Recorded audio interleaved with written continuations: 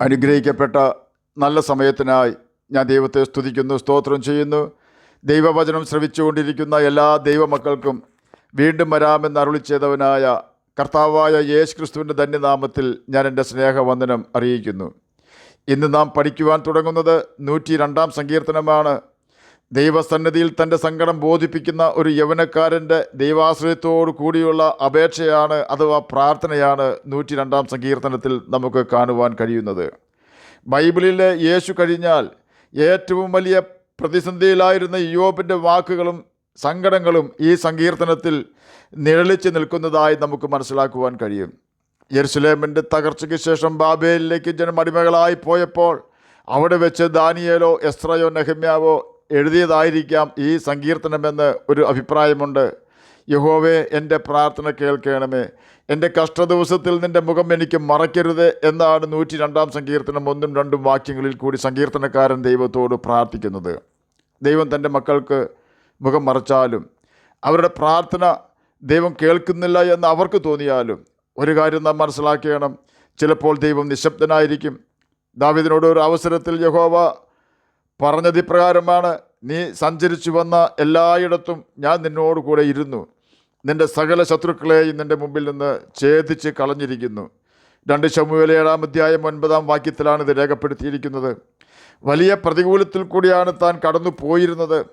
താൻ ഒറ്റയ്ക്കാണെന്ന ചിന്ത തനിക്ക് പലപ്പോഴും അനുഭവപ്പെട്ടിരുന്നുവെന്ന് നമുക്ക് മനസ്സിലാക്കുവാൻ ഉതകുന്ന വാക്കുകൾ ദാവീദിൽ നിന്നും പുറത്തു വന്നിരുന്നു.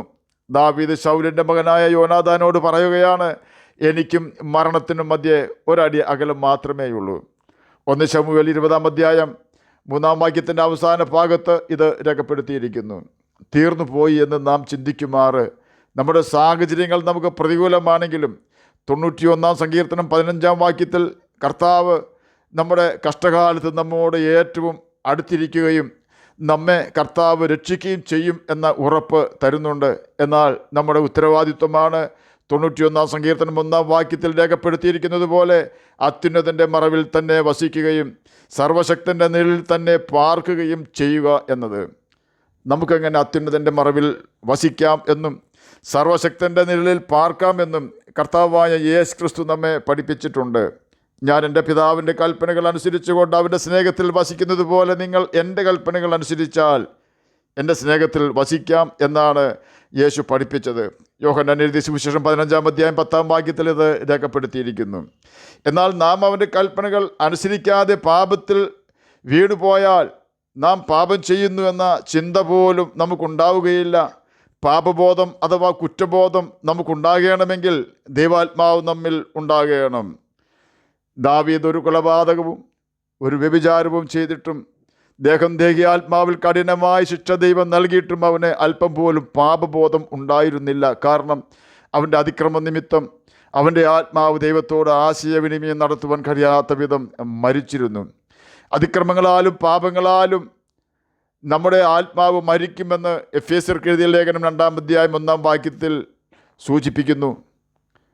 ഒടുവിൽ നാഥാൻ പ്രവാചകനെ വിട്ടാണ് കർത്താവ് അവൻ ചെയ്ത തെറ്റുകൾ അവന് മനസ്സിലാക്കി കൊടുത്തത്. ശൗലിന് ദൈവം മുഖം മറയ്ക്കുകയും ശൗലിൽ നിന്നും ദൈവത്തിൻ്റെ ആത്മാവിനെ എടുക്കുകയും ശൗലിൻ്റെ പ്രാർത്ഥനയ്ക്ക് ദൈവം ചെവി കൊടുക്കാതെയും ഇരുന്നപ്പോൾ ശൗൽ തന്നെ ദേശത്തു നിന്നും ഓടിച്ചു കളഞ്ഞ മന്ത്രവാദികളെ അവൻ അന്വേഷിക്കേണ്ടി വന്നു എന്ന് ബൈബിൾ നമ്മെ പഠിപ്പിക്കുന്നുണ്ട്. ആകയാൽ മാനസാന്തരപ്പെടുവാൻ ദൈവം അവസരം തന്നാൽ 1 സെക്കൻഡ് പോലും പാഴാക്കാതെ ദൈവത്തോടും മനുഷ്യരോടും തെറ്റുകൾ ഏറ്റുപറഞ്ഞ് നിരപ്പ് പ്രാപിക്കുക. ആ സമയത്ത് തന്നെ ദൈവത്തിൻ്റെ മുഖം നമ്മുടെ നേരെ പ്രകാശിക്കുന്നതും നമ്മുടെ പ്രാർത്ഥനയ്ക്കായി നമ്മുടെ കർത്താവ് നമ്മുടെ പ്രാർത്ഥനാ ശബ്ദത്തിനായി തന്നെ കർത്താവ് കാതോർത്തിരിക്കുന്നതും നമുക്ക് നമ്മുടെ ആത്മാവിൽ തിരിച്ചറിയുവാൻ കഴിയും. കാരണം നമ്മുടെ കർത്താവ് സമീപസ്ഥനായ ദൈവമാണ്. 102-ാം സങ്കീർത്തനം 3 മുതൽ 7 വരെയുള്ള വാക്യങ്ങളിൽ സങ്കീർത്തനക്കാരൻ്റെ കഷ്ടതകളുടെ നീണ്ട നിര കാണുവാൻ കഴിയും.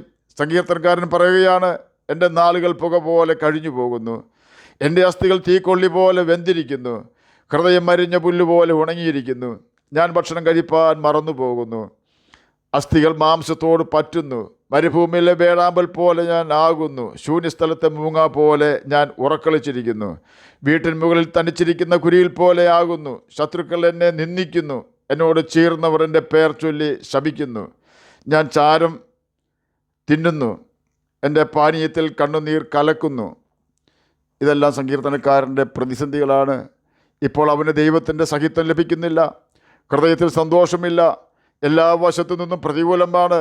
കാര്യങ്ങൾ ഇങ്ങനെയൊക്കെയാണെങ്കിലും സങ്കീർത്തനക്കാരന് ഒരു കാര്യത്തിൽ ഉറപ്പുണ്ട്: ദൈവത്തിൻ്റെ കോപവും ക്രോധവും നിമിത്തം ദൈവം അവനെ എടുത്ത് എറിഞ്ഞു കളഞ്ഞതിനാൽ ആണ് അവനിപ്പോൾ അനുഭവിക്കുന്ന പ്രതികൂലങ്ങൾ അവൻ നേരിടേണ്ടി വന്നത് എന്ന കാര്യത്തിൽ ആണ് ആ ഉറപ്പ്. 102-ാം സങ്കീർത്തനം 11-ാം വാക്യത്തിൽ കൂടി സങ്കീർത്തനക്കാരൻ തൻ്റെ ദയനീയമായ അവസ്ഥ ദൈവത്തെ ഓർപ്പിക്കുകയാണ്. എൻ്റെ ആയുസ് ചാഞ്ഞു പോകുന്ന നിഴൽ പോലെയാകുന്നു, ഞാൻ പുല്ലുപോലെ ഉണങ്ങിപ്പോകുന്നു എന്ന് ദൈവമേ നീ ഓർക്കണമേ എന്നാണ് താൻ ദൈവത്തോട് പറയുന്നത്. വലിയ കഷ്ടതയും വ്യതയും താൻ അനുഭവിക്കുന്നുണ്ടെങ്കിലും ദൈവത്തിലുള്ള ആശ്രയം കൈമുതലായി തനിക്ക് ഇപ്പോഴുമുണ്ട്. താൻ പറയുകയാണ് 102-ാം സങ്കീർത്തനം 12-ാം വാക്യത്തിൽ കൂടി: യഹോവേ, നീ എന്നേക്കുമുള്ളവൻ, നിൻ്റെ നാമം തലമുറ തലമുറയായി നിൽക്കുന്നു. എന്നെ കേൾക്കുന്ന പ്രിയ ദൈവമകനെ, ദൈവമകളെ, പ്രശ്നങ്ങൾ എത്ര വലുതായാലും ദൈവത്തെ നമ്മുടെ മുൻപിൽ നിർത്തിയാൽ നമുക്കൊരിക്കലും പ്രശ്നത്തെ കാണേണ്ടി വരികയില്ല. എത്ര ഉയരം കൂടിയ പർവ്വതമാണെങ്കിലും ആ പർവ്വതത്തെ നീക്കിക്കളയുവാൻ നമുക്ക് കഴിഞ്ഞില്ലെങ്കിലും നാം വിഷമിക്കരുത്. പ്രതിസന്ധിയാകുന്ന പർവ്വതത്തിൽ നാം ദൈവമുഖം ദർശിക്കുകയും ആ ദൈവസന്നിധിയിലേക്ക് അടുത്ത് ചെല്ലുവാൻ ആ പർവ്വതത്തെ ചവിട്ടിക്കയറുകയും ചെയ്യുവാൻ ശ്രമിക്കുമ്പോൾ നമ്മുടെ ആദ്യ സ്റ്റെപ്പിൽ തന്നെ ആ പർവ്വതത്തിൻ്റെ ഒരടി നീളം കുറഞ്ഞിരിക്കും. പർവ്വതം പോകുവാൻ നാം കാത്തു നിൽക്കാതെ പർവ്വതത്തെ കീഴടക്കുവാൻ നാം ശ്രമിച്ചുകൊണ്ടേയിരിക്കണം. തൈരിൽ വീണ 2 തവളകളെക്കുറിച്ച് നമുക്ക് അറിവുണ്ട്, നാം കേട്ടിട്ടുണ്ട്. എങ്കിലും ഒരിക്കൽ കൂടി ഞാനിവിടെ പ്രസ്താവിക്കുകയാണ്. അതിൽ ഒരു തവള തൈരിൽ കിടന്ന് തന്നെ ചത്തുപോയി. കാരണം തൈരിൽ നിന്നും രക്ഷപ്പെടുവാൻ പുറത്തേക്ക് ചാടുവാൻ ശ്രമിച്ചപ്പോൾ തൈരിലേക്ക് കൂടുതൽ താണുപോയി. അതുകൊണ്ട് അതിൻ്റെ പരിശ്രമം മതിയാക്കി. അതുകൊണ്ട് ആ തവള തൈരിൽ തന്നെ കിടന്ന് ചത്തുപോയി.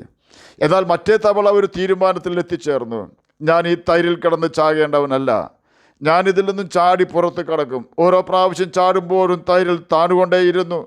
തവളയുടെ ചാട്ടത്തിൽ അതിന് രക്ഷപ്പെടുവാൻ കഴിയുന്നില്ലെങ്കിലും അത് ചാടുവാൻ ശ്രമിക്കുമ്പോൾ തൈരിൽ നിന്നും വെണ്ണ മാറിക്കൊണ്ടിരിക്കുകയായിരുന്നു. അനേക പ്രാവശ്യത്തെ തവളയുടെ ശ്രമഫലമായി തൈരിലെ വെണ്ണയെല്ലാം ഒരു വലിയ കട്ടയായി തീർന്നു. ആ കട്ടയിൽ കയറി നിന്ന് തവള കുതിച്ച് ചാടി പുറത്തു വന്നു.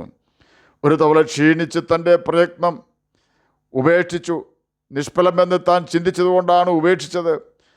അതിൽ കടന്ന് ആ തവള ചാകേണ്ടി വന്നു. എന്നാൽ ഉത്സാഹിയായ മറ്റേ തവള നിരാശ വെടിഞ്ഞ് പരിശ്രമിച്ചതിനാൽ അതിൻ്റെ ജീവൻ രക്ഷിച്ചു. ചൈനക്കാരുടെ ഇടയിൽ ക്രൈസിസ് എന്ന വാക്കിന് അവർ 2 അർത്ഥമാണ് കൊടുക്കാറ് എന്ന് ഞാൻ കേട്ടിട്ടുണ്ട്. ഒന്നാമത്തെ അർത്ഥം പ്രതിസന്ധി എന്നാണ്, മുന്നോട്ട് പോകുവാൻ പറ്റാത്ത അവസ്ഥ എന്നെല്ലാം അവർ അതിനെ അർത്ഥം കൊടുക്കും. എന്നാൽ രണ്ടാമത്തെ അർത്ഥം ഓപ്പർച്യൂണിറ്റി എന്നാണ് ക്രൈസിസ് എന്ന വാക്കിനെ അവർ അർത്ഥം കൊടുക്കുന്നത്. ഒരു പ്രതിസന്ധി നമ്മുടെ ജീവിതത്തിൽ വരുമ്പോൾ നമ്മിൽ കുറ്റമോ കുറവുകളോ ഉണ്ടെങ്കിൽ മനുഷ്യരോടും ദൈവത്തോടും നാം നിരപ്പ് പ്രാപിക്കണം. നിരപ്പ് പ്രാപിച്ചതിന് ശേഷവും നമ്മുടെ പ്രതിസന്ധി നിലനിൽക്കുന്നുണ്ടെങ്കിൽ നാം ക്ഷമയോടെ കർത്താവിൻ്റെ മുഖത്തേക്ക് നോക്കി അവനെ കാത്തിരിക്കണം. അവൻ നമ്മുടെ സകല പ്രശ്നങ്ങൾക്കും പരിഹാരം വരുത്തി തരും. അവൻ്റെ സമയത്ത് തന്നെ അവൻ പ്രവർത്തിക്കും. അതെ, അവൻ്റെ സമയത്ത് മാത്രമേ അവൻ പ്രവർത്തിക്കുകയുള്ളൂ. ദാവീദിൻ്റെ കഷ്ടതകളുടെ നാളുകളിൽ അവൻ മോവാബിലെ മിസ്പായിൽ ചെന്ന് മോവാബ് രാജാവിനോട് ദൈവം എനിക്ക് വേണ്ടി എന്തു ചെയ്യുമെന്ന് ഞാൻ അറിയുവോളം എൻ്റെ അപ്പനും അമ്മയും ഇവിടെ വന്ന് പാർക്കുവാൻ അനുവദിക്കണമേ എന്ന് അപേക്ഷിച്ചത് 1 ശമൂവേൽ 22-ാം അധ്യായം 3-ാം വാക്യത്തിൽ രേഖപ്പെടുത്തിയിട്ടുണ്ടെങ്കിൽ 2 ശമൂവേൽ 5-ാം അധ്യായം 12-ാം വാക്യത്തിൽ രേഖപ്പെടുത്തിയിരിക്കുന്നത് ഇപ്രകാരമാണ്: ഇങ്ങനെ യഹോവ ഇസ്രയേലിൽ തന്നെ രാജാവായി സ്ഥിരപ്പെടുത്തുകയും അവൻ്റെ ജനമായ ഇസ്രയേൽ നിമിത്തം തൻ്റെ രാജ്യത്വം ഉന്നതമാക്കുകയും ചെയ്തുവെന്ന് ദാവീദ് അറിഞ്ഞു എന്നാണ്.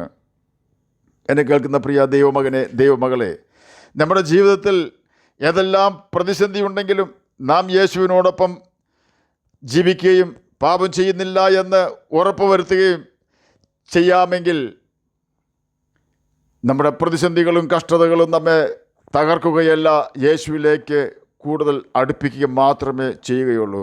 യോഹന്നാൻ എഴുതിയ സുവിശേഷം 14-ാം അധ്യായം 1-ാം വാക്യത്തിൽ പ്രകാരം രേഖപ്പെടുത്തിയിരിക്കുന്നു: നിങ്ങളുടെ ഹൃദയം കലങ്ങിപ്പോകരുത്, ദൈവത്തിൽ വിശ്വസിപ്പിൻ, എന്നിലും വിശ്വസിപ്പിൻ. നമ്മുടെ ഏത് പ്രതികൂല സാഹചര്യങ്ങളിലും യേശുവിന് നമ്മോട് പറയുവാനുള്ളത്, നമ്മുടെ ഹൃദയത്തിൽ വ്യസനവും വ്യതയും സങ്കടങ്ങളും സൂക്ഷിച്ചു വെക്കാതെ ദൈവത്തിലുള്ള വിശ്വാസം നിറച്ചുകൊള്ളുവിൻ എന്നാണ്. ദൈവത്തിൽ വിശ്വസിക്കുക എന്നാൽ ദൈവം നമ്മുടെ ജീവിതത്തിൽ ചെയ്തിട്ടുള്ള നന്മകളെ ഓർക്കുക എന്നും അർത്ഥം കൊടുക്കാം. അവൻ്റെ ഉപകാരങ്ങളൊന്നും മറക്കാതിരിക്കുന്ന അവസ്ഥയിൽ ജീവിക്കുക എന്നും അതിന് അർത്ഥമുണ്ട്. യേശു പറഞ്ഞു, എന്നിലും വിശ്വസിപ്പിൻ എന്ന്. അതായത് നാം ക്ഷീണിച്ചു മടുക്കാതിരിക്കുവാൻ പാപികളാൽ തനിക്ക് നേരിട്ട ഇങ്ങനെയുള്ള വിരോധം സഹിച്ച യേശുവിനെ ധ്യാനിക്കുക എന്ന് സാരം. ഈ രണ്ട് കാര്യങ്ങൾ നാം ചെയ്യുമെങ്കിൽ ഇപ്പോൾ നാം നേരിടുന്ന പ്രശ്നങ്ങൾ എത്ര നിസാരമാണെന്ന് നമുക്ക് മനസ്സിലാക്കുവാൻ കഴിയും. ആകയാൽ നമ്മുടെ സകല ഭാരവും മുറുകെ പറ്റുന്ന പാപവും ഉപേക്ഷിച്ച് യേശുവിൻ്റെ പിന്നാലെ നമുക്ക് ഓടാം.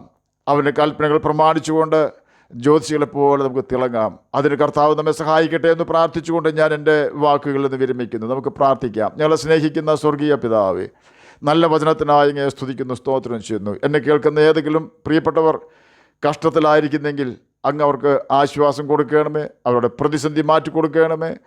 പഠിക്കുന്ന കുഞ്ഞുങ്ങൾക്ക് പഠിക്കുവാനുള്ള ബുദ്ധിയും ജ്ഞാനവും കൊടുക്കണമേ. വിവാഹപ്രായമായിരിക്കുന്ന എല്ലാ പ്രിയപ്പെട്ടവരുടെയും വിവാഹം നടത്തി കൊടുക്കണമേ. തക്കതായ തുണകളെ അങ്ങനെ കുഞ്ഞുങ്ങൾക്ക് നൽകി കൊടുക്കണമേ. ജോലിയില്ലാത്തവർക്ക് ജോലി കൊടുക്കണമേ. സമാധാനമില്ലാത്തവർക്ക് സമാധാനം കൊടുക്കണമേ. പ്രാർത്ഥന കേട്ടതിനായി സ്തോത്രം. യേശുവിൻ്റെ നാമത്തിൽ തന്നെ ആമേൻ. കർത്താവ് എല്ലാവരെയും അനുഗ്രഹിക്കട്ടെ. സ്തോത്രം.